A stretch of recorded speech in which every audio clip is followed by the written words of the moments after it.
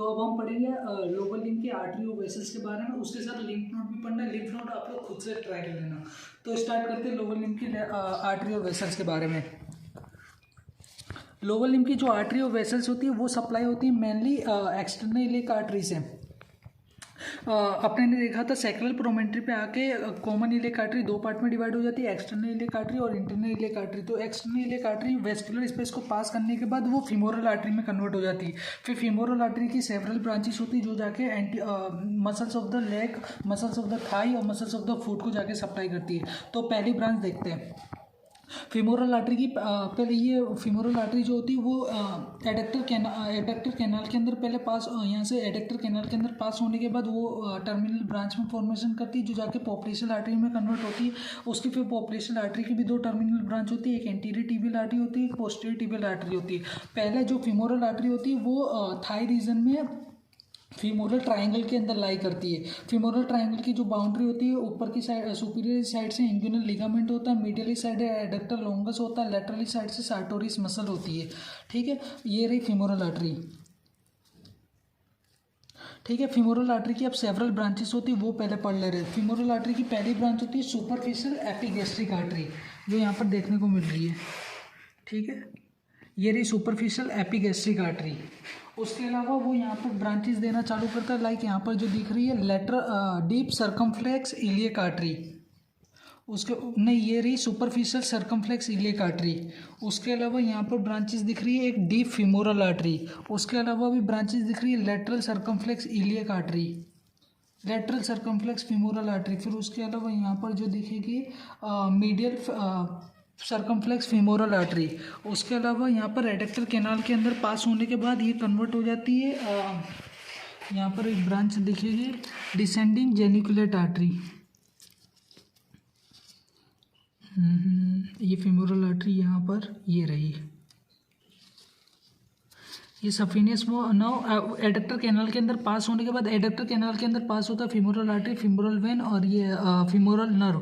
Femoral nerve आगे जाके convert हो जाता है एज ए सफिनियस नर्व। फिर फीमोरल आर्टरी से एक ब्रांच निकलती है जिसका नाम है डिसेंडिंग जेनिकुलेट आर्टरी, वो जाके एनास्टोमोसिस करती है यहाँ पर नी के पास। नी के पास टोटल 11 आर्टरी होती है वो जाके एनास्टोमोसिस करती है। तो पहली ब्रांच थी सुपरफिशियल एपिगैस्ट्रिक आर्टरी जो यहाँ पर देखी, जो इंफीरियर एपिगैस्ट्रिक आर्टरी जो जाके इंफीरियर रीजन के स्किन रीजन को, एब्डोमिनल रीजन के स्किन को सप्लाई करती है।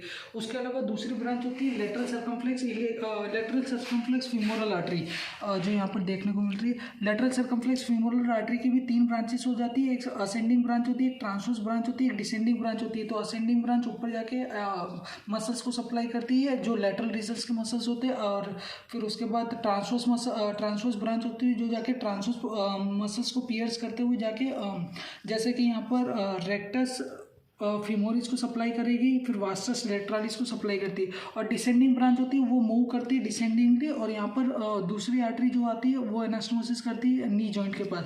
फिर उसके अलावा मीडियल सर्कमफ्लेक्स फीमोरल आर्टरी होती है जो यहाँ पर है, फिर वो मीडियल ग्रुप के मसल्स को सप्लाई करती है। डीप फीमोरल आर्टरी होती है, डीप फीमोरल की भी 3 ब्रांचेस निकलती है, एक सुपीरियर, मिडल और इंफीरियर वाली होती है वो यहाँ पर आके एनास्टोमोसिस करती है। तो टोटल 4 आर्टरी देखने को मिली एनास्टोमोसिस, जो 3 आर्टरी यहाँ पर देखने को मिली जो एनास्टोमोसिस कर रही है। फिर उसके अलावा भी अपने ने बात किया कि femoral artery after passing through the inferior opening of the adductor canal वो एंटर कर जाता है पॉप्लिशियल फोसा के अंदर, तो उसका नाम हो जाता है पॉप्लिशियल आर्टरी।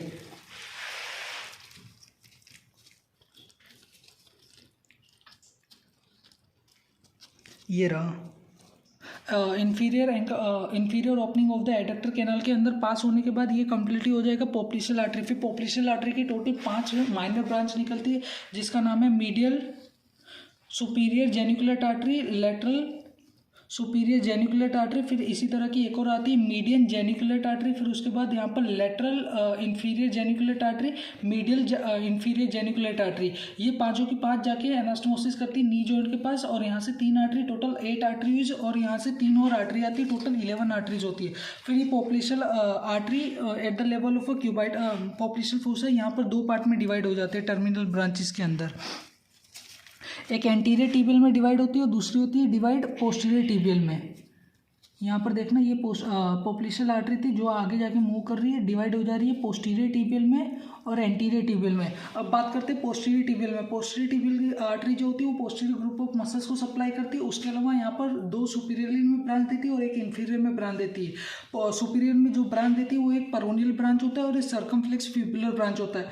जो सर्कमफ्लेक्स फिब्युलर ब्रांच होता है वो जाके एनास्टोमोसिस करता है नी जॉइंट के पास, और जो पेरोनियल ब्रांच होता है वो lateral group of leg muscles को सप्लाई करता है, लाइक पेरोनियस लॉन्गस और पेरोनियस ब्रेवियस को। फिर उसके बाद यहाँ पर ये पोस्टीरियर टिबियल आर्टरी क्रूरा पोप्लेशियल कैनाल के अंदर मूव करने के बाद यहाँ पर लेग रीजन में आके 2 पार्ट में डिवाइड हो जाते हैं, लेटरल प्लांटर आर्टरी और मीडियल प्लांटर आर्टरी, जो जाके सप्लाई करती है लेटरल ग्रुप ऑफ मसल्स और medial group of muscles of planter surface of leg को। यहाँ पर दिख रही होंगी, लाइक यहाँ पर ये रही आर्टरी, ये लेटरल, एक सेकेंड, ये रही मीडियल प्लांटर और यहाँ पर जो दिख रही है लेटरल प्लांटर, ये जो जाके सप्लाई करती है मीडियल और लेटरल ग्रुप के मसल्स को। उसके अलावा यहाँ पर एंटीरियर टिबियल आर्टरी दिख रही है। Anterior tibial artery anterior interosseous membrane को पास करते हुए जाती है। उसके अलावा यहाँ पर 2 सुपीरियर में ब्रांच देती है, 2 इंफीरियर में ब्रांच देती है। Anterior tibial artery anterior group of muscles को भी सप्लाई करती है, उसके अलावा स्किन को भी सप्लाई करती है। एंटीरियर टिबियल आर्टरी की 2 सुपीरियर ब्रांच होती है, anterior tibial recurrent artery, posterior tibial recurrent artery. बस नाम बताने, कोई भी आर्टरी दिखेगी नहीं अब। उसके अलावा यहाँ पर आके 2 ब्रांचेस में डिवाइड हो जाती है, मीडियल मेल्यूलर आर्टरी और लेटरल मेल्यूलर आर्टरी, जो जाके मीडियल मेल्यूलर प्रोसेस और लेटरल मेल्यूलर प्रोसेस के एरिया के स्किन के रीजन और मसल्स को जाके सप्लाई करती है। फिर एंटीरियर टिबियल आर्टरी आगे जाके कंटिन्यू हो जाती है, like extensive group of muscles को सप्लाई करती है। तो यहाँ पर ये ब्रांचेस हुए एंटीरियर टिबियल आर्टरी की और पोस्टीरियर टिबियल आर्टरी की। Anterior tibial artery anterior group of muscles को सप्लाई करती है, posterior tibial artery posterior group of muscles को सप्लाई करती है। उसके अलावा लेटरल रीजन्स के लिए भी एक पेरोनियल ब्रांच देती है। ये सब आर्टरी हुई लोअर लिम्ब की। अब बात करते हैं वेन किस तरह होती हैं। तो सेम नेम की भी वेन होती है, प्लांटर सरफेस से वापस से यहाँ से वो लेटरल प्लांटर और मीडियल प्लांटर वेन होती है, वो जो दोनों जुड़ती है, फिर यहाँ पर 2 पार्ट में डिवाइड हो जाती है, लाइक एंटीरियर और पोस्टीरियर टिबियल वेन में, जो यहाँ पर दिखेंगी भी।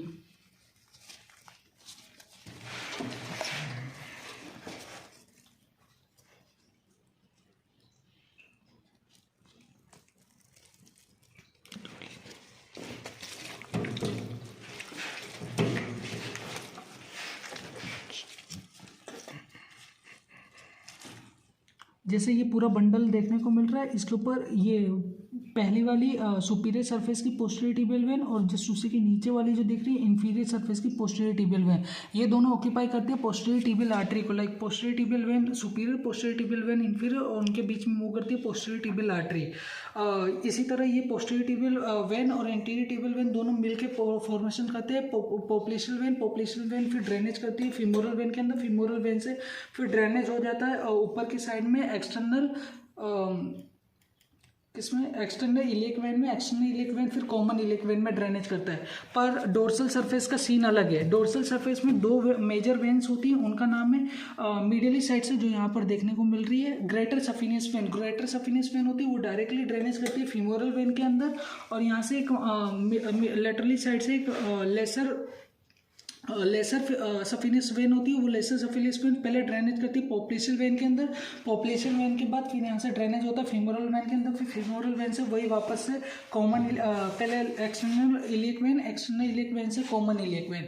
ये बात हुई लोअर लिम्ब के आर्टरियल वेन के बारे में, बस इतना ही है। अब इसके अलावा जो लिम्फ नोड होगा वो आप लोगों को खुद से पढ़ना रहेगा। कंप्लीट।